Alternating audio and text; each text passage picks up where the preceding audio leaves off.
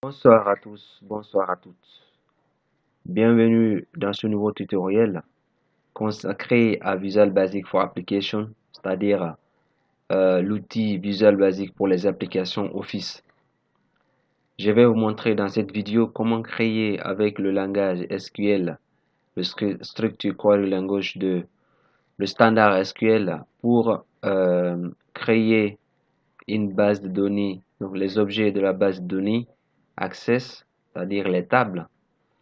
Ensuite, dans un deuxième temps, je vais vous montrer comment présenter l'écran utilisateur, c'est-à-dire les objets formulaires. Et enfin, avec le langage SQL, je vais vous montrer comment, à partir de cet écran utilisateur, insérer des données dans les objets tables, comment après modifier, rechercher et supprimer. Donc allons-y, je vais lancer l'application Office Access qui est ici présente sur ma barre des tâches.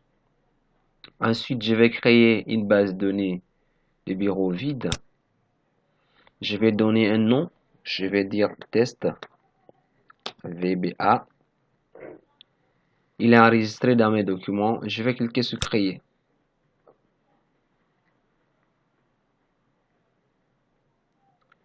Je vais fermer.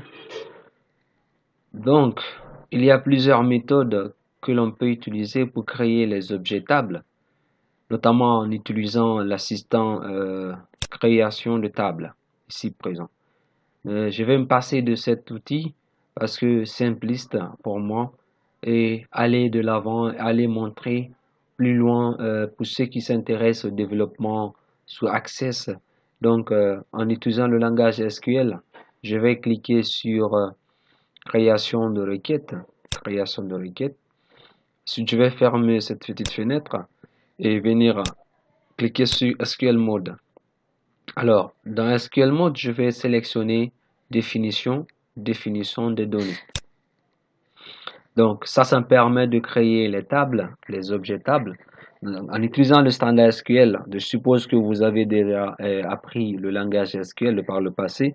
Donc, je vais donc utiliser les clauses SQL, create table,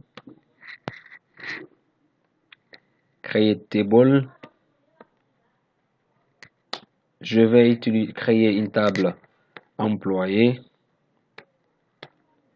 Ensuite, je vais définir ses propriétés.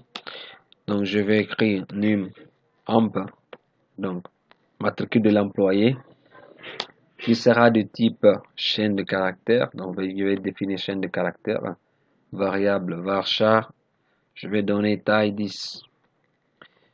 Ensuite, je vais créer son nom, nom amp, varchar, taille 150.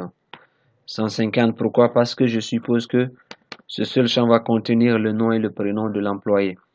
Ensuite, je vais définir un troisième champ, adresse, l'adresse de l'employé, chaîne de caractères qui va avoir la taille, je vais prendre taille 70. Ensuite, je vais définir téléphone, téléphone de l'employé, téléphone, je vais dire que c'est un entier, donc je vais dire int, c'est un entier. Ensuite, je vais créer un autre champ qui va stocker le sexe, définir le sexe. Donc sexe, c'est on va définir sexe chaîne de caractères variable parce que je vais choisir masculin féminin. Donc dans ce cas, je vais dire varchar de, je prends 10 caractères maximum. Je peux m'arrêter là pour le besoin de la démonstration. Je vais donc, après la création de ces différents champs, déterminer quel est le champ qui va être la clé première. Donc pour cela, je vais écrire primary key. L'instruction, le mot-clé primary key permet de définir une clé primaire pour une table. Donc je mets primary key, j'écris le nom du champ numAmp, et puis je ferme les parenthèses. Donc après avoir écrit cette instruction de création de table createTable employé, puis j'ai défini les différents champs, chaque champ avec le type de données. Je peux ajouter donc d'autres contraintes telles que ce champ-là ne doit pas être vide, un autre nul. Donc pour déterminer surtout ce champ-là, détermine la clé primaire. Donc il ne doit pas être un champ vide, il ne doit pas accepter de valeur nulle, valeur vide en fait. Voilà. Donc ici les autres je peux mettre nul. Donc il peut être, on peut ne pas renseigner ce champ-là, nul. Donc je peux faire la même chose pour le téléphone. Champ nul, sexe nul. Voilà. Donc après avoir déterminé ces différents champs et puis déterminé la contrainte de clé primaire primary que j'ai définie à numAmp, je vais donc exécuter la requête pour qu'il puisse créer la table. Donc je vais exécuter et vous voyez automatiquement là qu'il a ajouté la table dans l'explorateur d'objets. Donc après je vais créer un second objet table que je vais nommer par exemple service, oui service. Hmm. Je vais créer un second objet table. Bon, je réfléchis à un autre, je vais des salaires, donc salaire, table salaire. Je vais donc dans salaire, je vais avoir le numéro de l'employé. Ensuite, je vais créer un autre champ salaire de base, salaire de base qui sera pour moi monétaire. Donc monétaire en SQL Access c'est currency, donc monétaire currency. La valeur ça peut être nul, donc on peut mettre default, donc on peut définir une valeur par défaut, une valeur par défaut. J'espère que ça va prendre default, je vais mettre 0. Je prends ensuite salba, ça signifie salaire de base. Ensuite je vais choisir notre champ prime qui va être les primes du salarié, être considéré comme les primes du salarié.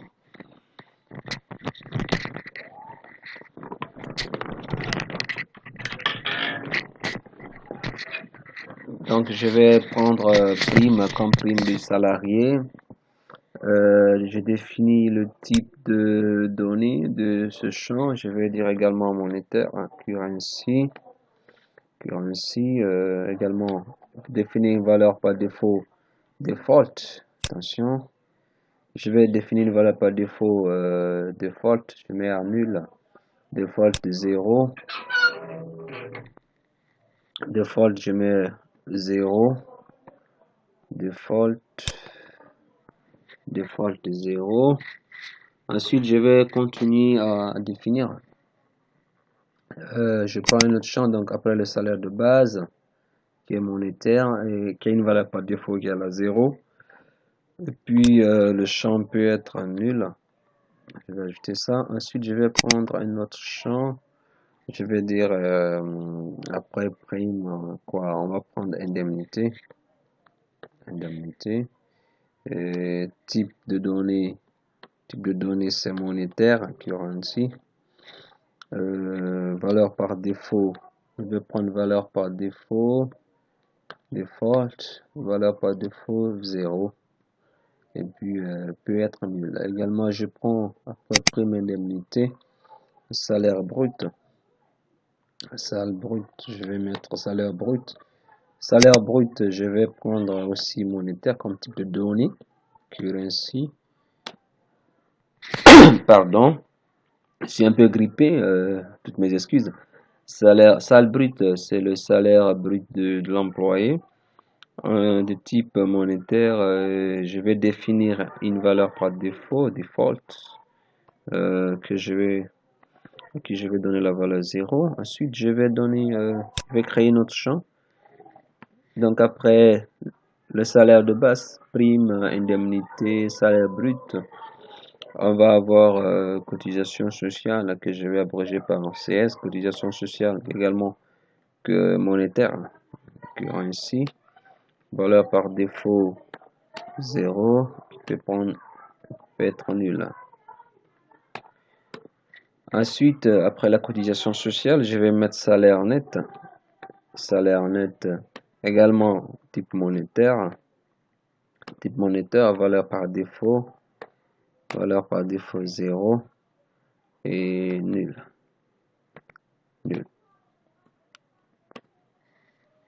Ensuite, je vais définir une clé primaire pour cette table.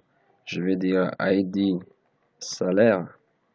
ID salaire, je vais prendre de type int, okay. Auto-incrément.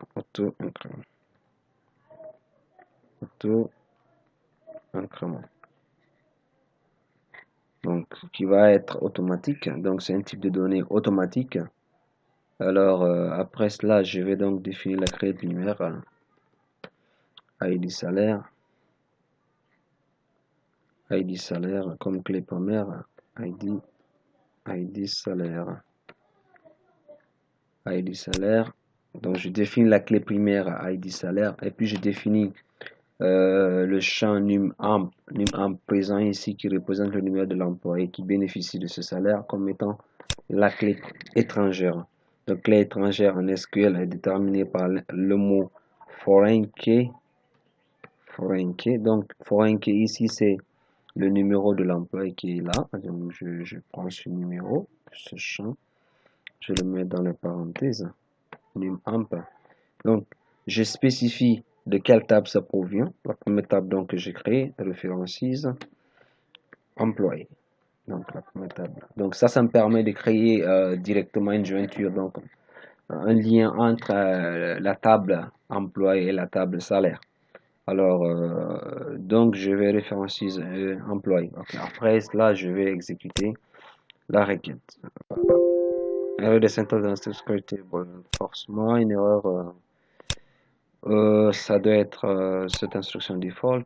Default n'est pas reconnu. Forcément, c'est pas reconnu. C'est pas reconnu, donc je vais enlever. C'est pas reconnu, c'est pas un mot qui est reconnu sous SQL Access. Forcément, ce qui fait cette erreur, donc je vais enlever. Retenez que dans d'autres gestionnaires de base de données que c'est un mot qui est utilisé, default, qui permet de déterminer une valeur par défaut pour chaque champ, un champ de type numérique ou autre.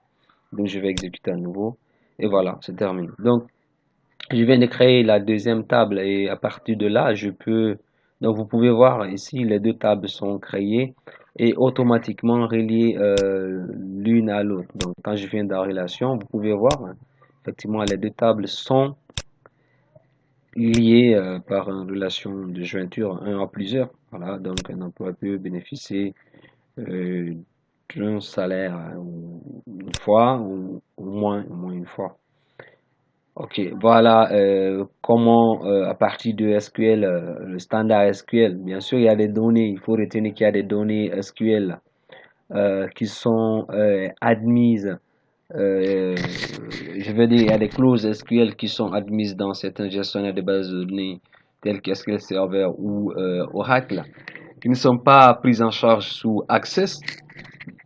Donc chaque gestionnaire, le standard de manière globale est reconnu, mais il y a des types de données, des clauses qui sont prises en charge par certains gestionnaires de bases de données qui ne sont pas dans d'autres. Mais bon, quelques clauses. Bon, mais de manière générale, le langage, le standard, il est pour tous les gestionnaires. Alors, vous venez de voir pour cette première partie de la démonstration comment utiliser Access pour créer une base de données. Vous venez de voir avec le langage SQL la procédure de création de deux tables et la mise en relation de ces deux tables-là. Alors, dans l'étape qui va suivre tout de suite, je vais vous montrer comment créer l'écran utilisateur, donc un objet formulaire à partir duquel je vais représenter ces différents objets employés, salaires. Donc, je vais créer un formulaire. Donc, je viens cliquer sur créer. Je vais cliquer sur création de formulaire, donc ça m'envoie ce formulaire, donc cet état. Je vais modifier la présentation, donc au lieu de s'afficher sous forme d'onglet, on peut modifier sur Access la présentation du formulaire et dans l'optique de pouvoir présenter le formulaire de manière très professionnelle, de manière très personnalisée. Donc il faut changer le mode de présentation du formulaire, passer de mode anglais au mode feuille indépendant. Donc pour cela, vous cliquez sur menu fichier. Dans menu fichier, vous venez dans option access, base de données active. Et là, dans option de la fenêtre de document, vous sélectionnez fenêtre superposée. Fenêtre superposée, vous cliquez sur le bouton OK. Il vous demande de redémarrer, de fermer la base de données et de le lancer à nouveau. C'est ce que je vais faire. Donc, je vais enregistrer en entendant le formulaire que je vais dire, je vais nommer forme ajout employé. Forme ajout employé. Donc, je vais enregistrer le formulaire.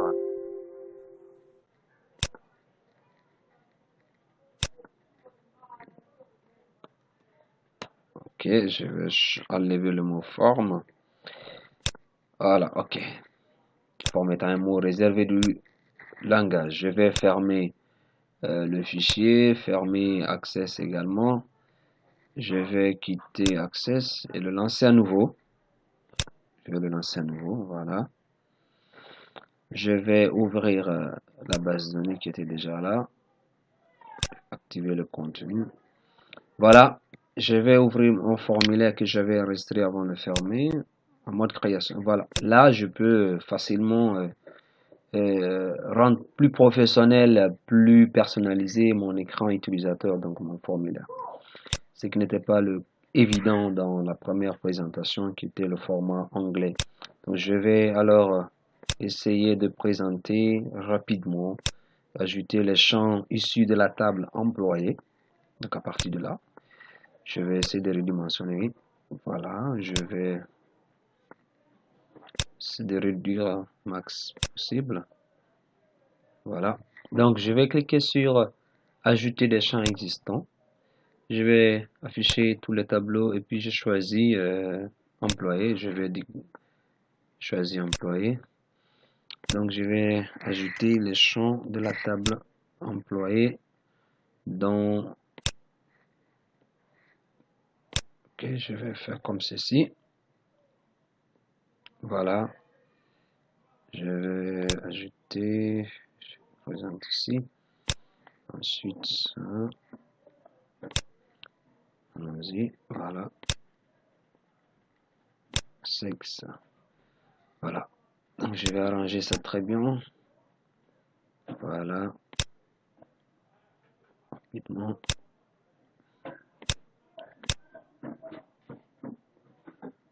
Voilà. Ok.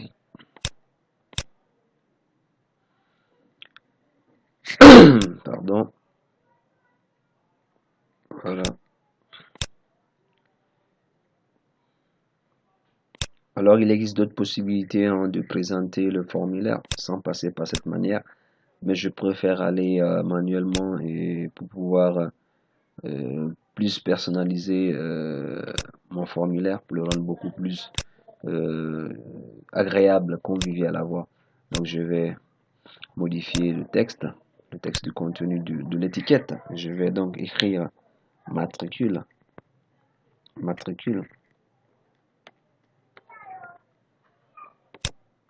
Là, je vais écrire nom et prénom.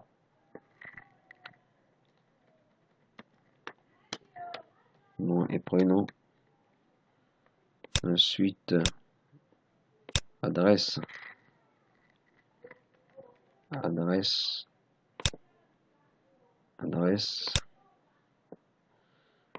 Ensuite, téléphone.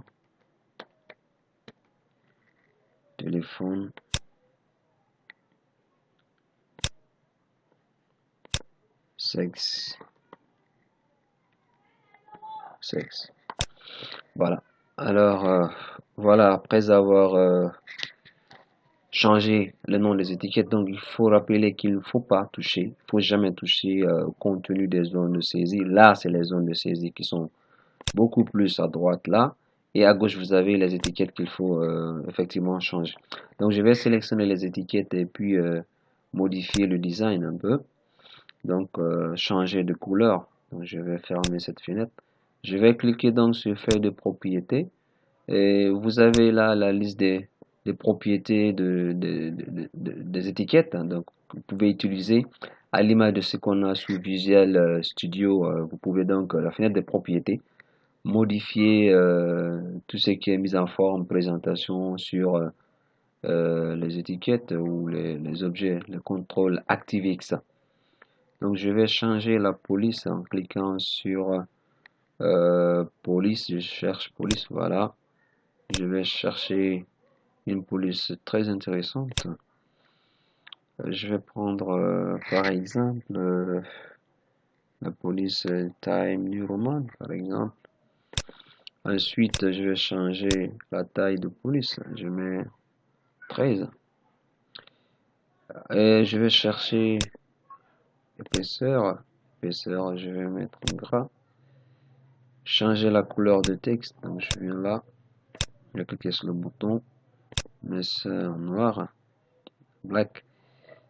Ensuite, je vais changer le style de fond. Le style de fond, je préfère transparent. Couleur de fond. Couleur de fond, on peut prendre thème Access 4. Ok. Ensuite, je vais aussi au niveau des zones de texte, je vais agrandir un peu. Voilà. Ben, c'est bon. Je vais éloigner un peu ces zones de texte pour pouvoir bien tirer les labels. Voilà. Voilà. Ok. Ok. Voilà. Je vais tirer donc proprement parler les étiquettes pour avoir les mêmes largeurs. À partir de là.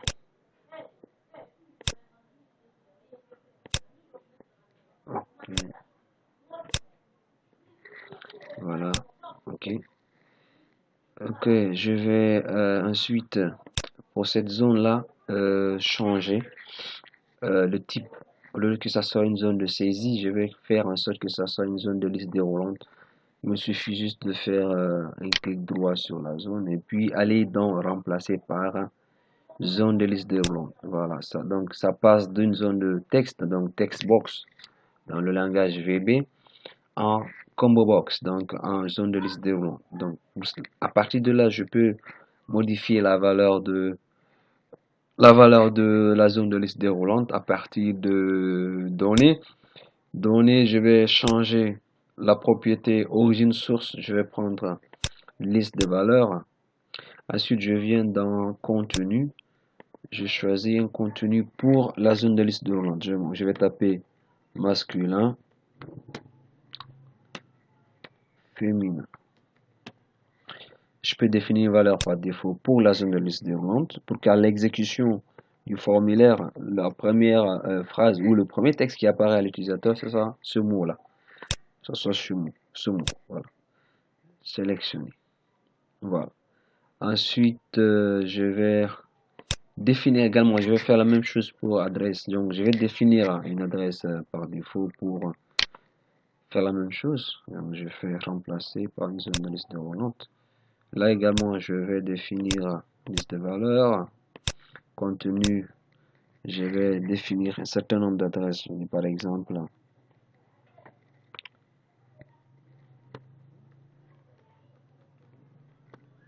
Andrea, Capo,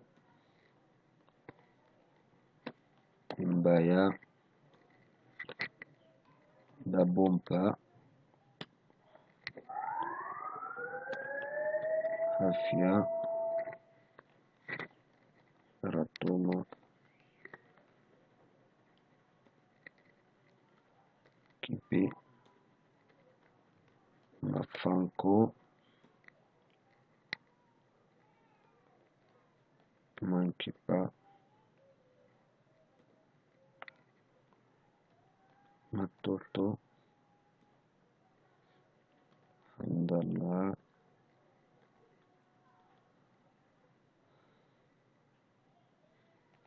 Sangoya. Et voilà, je vais m'arrêter là et je vais mettre sélectionner également comme voilà par défaut. Je vais mettre OK. Ensuite, je vais modifier l'apparence du formulaire, donc changer la couleur de fond. Donc en fait, dans cet état actuel, quand je vais exécuter, vous allez voir l'aperçu. Je vais faire un aperçu sur l'état actuel du formulaire. Donc je vais cliquer sur affichage mode formulaire. Vous voyez un peu comment le formulaire apparaît avec la liste des différentes adresses que j'ai définies tout à l'heure. Et puis le sexe. Le sexe. Donc, erreur ici, je vais modifier ça tout à l'heure.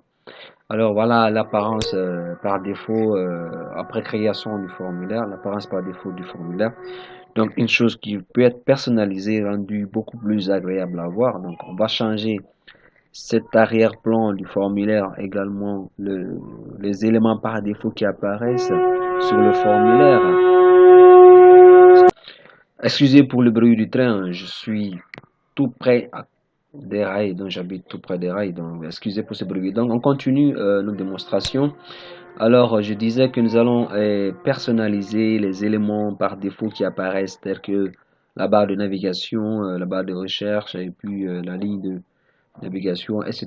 Donc il y a beaucoup d'éléments, l'arrière-plan qu'on peut personnaliser. Donc je reviens en mode création.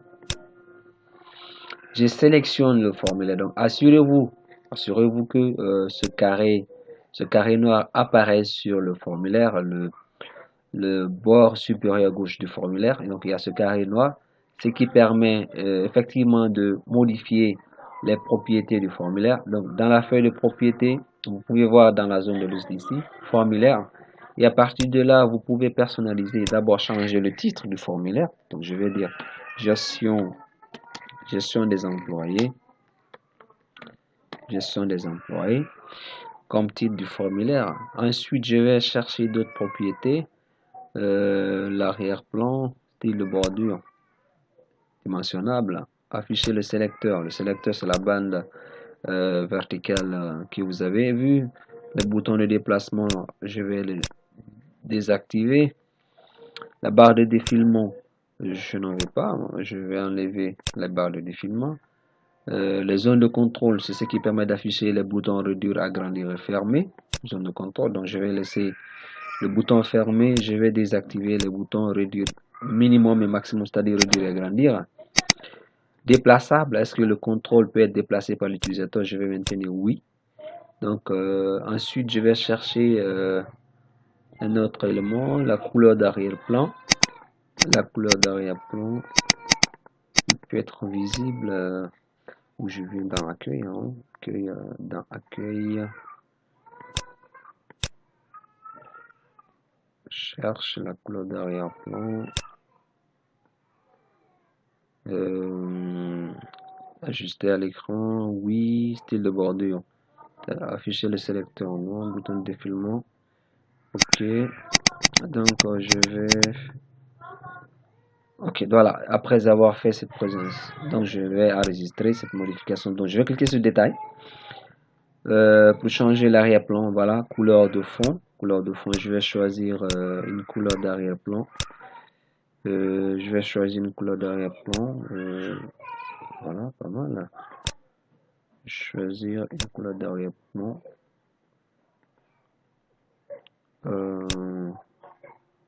Voilà. Ensuite, autre couleur de fond. Autre couleur de fond, je vais choisir ça. Voilà. Donc quand je fais un aperçu pour voir, voilà comment mon formulaire se présente actuellement. Bon, comparativement à ce qu'on avait tout à l'heure, donc vous constatez que effectivement avec les éléments que j'ai modifiés, que voilà, le formulaire devient de plus en plus intéressant et de plus en plus personnalisé. Voilà, donc ce n'est plus comme tout à l'heure. Voilà. Alors je reviens toujours continuer, je vais corriger cette erreur qui vient de m'afficher là au niveau de la zone sexe. Données, voilà, on disait quoi, et on continue. Euh,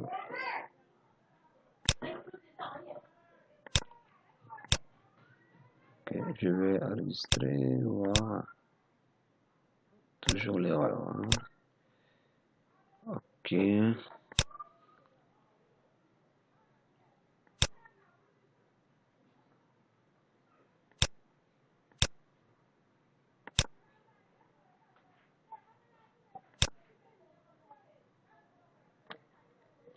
sélectionner.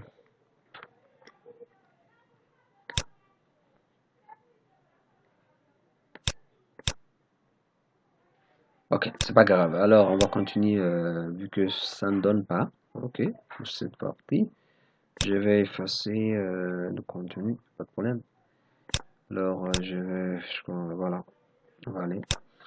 Alors, on continue nos démonstrations sur la présentation de l'écran utilisateur. Je vais ensuite ajouter d'autres contrôles qui me permettent de valider. Donc, je vais ajouter un bouton. Je vais cliquer sur le contrôle bouton que je vais glisser là. Je vais glisser contrôle bouton ici. Je vais annuler donc le contrôle. Je vais faire un faire copier ce bouton pour en dupliquer, pour pouvoir maintenir les proportions, les dimensions, en même temps les mises en forme du bouton. Voilà. Donc je fais encore copier.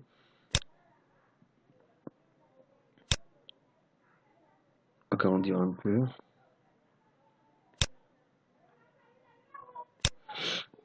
Voilà.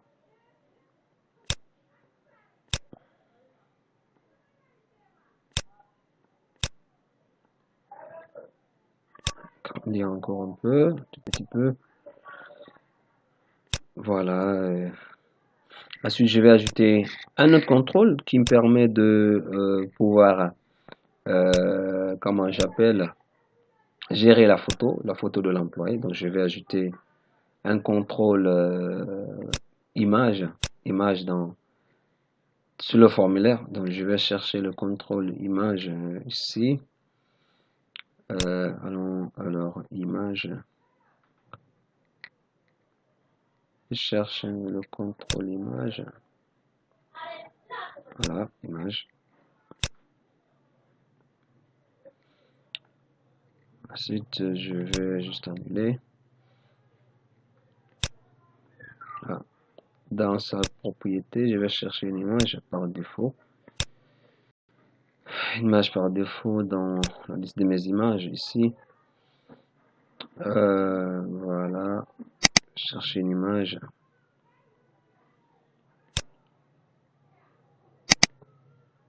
Ok. Donc je vais essayer de l'ajuster au contenu en prenant mode d'affichage de l'image. Échelle. Donc je prends échelle. Donc qui permet d'ajuster l'image au contenu du cadre. Voilà. Ok. Ensuite je vais changer le titre. Je vais mettre ici importer. Importer. Qui me permet d'importer une image à partir de l'emplacement local, donc de mon ordinateur. Je vais importer une image. Ensuite, l'image de différents emplois que je vais enregistrer, bien sûr. Je vais donc remonter un tout petit peu ça. Déplacer. Voilà. Je fais ça. Je vais mettre ici valider. Valider. Ensuite, là, je vais mettre annuler. Annuler et éditer. Éditer qui me permettra donc de modifier, supprimer un employé. Donc, éditer, ce bouton va m'envoyer sur un autre écran que je vais créer plus tard, où je vais pouvoir modifier, supprimer, rechercher, modifier, supprimer un employé. Voilà. Donc, le bouton valider va me permettre donc d'insérer les informations d'un employé dans la table employé. Ensuite, annuler va me permettre donc de vider les champs en utilisant plus tard bien sûr le code. Tout ça, c'est en utilisant le code VBA. Voilà, donc voilà comment le formulaire pour cette première partie se présente. Donc, nous avons ajouté quoi les- un contrôle image qui me permet donc de sélectionner une image, le bouton importer qui va me permettre donc d'envoyer donc à partir de mon ordinateur, de sélectionner une photo. Valider permet d'insérer, annuler permet de vider la chambre. Éditer va m'envoyer un autre écran qui me permettra de rechercher, modifier, supprimer un employé en question. Donc, je vais faire une visualisation. Et voilà, vous avez votre formulaire avec d'une manière plus ou moins professionnelle, n'est-ce pas? Et parce que là, c'est juste pour la démonstration. Vu que, alors, ça vous permet donc de gérer donc les informations d'un employé. Donc, plus tard, donc quand on va utiliser les boutons, on va gérer ces boutons. Donc, ça va pouvoir importer, modifier, annuler et éditer. Donc, voilà le formulaire en état personnalisé, professionnel.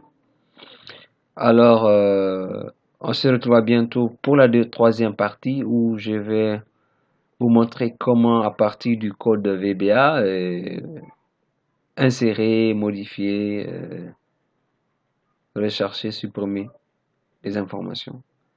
À bientôt.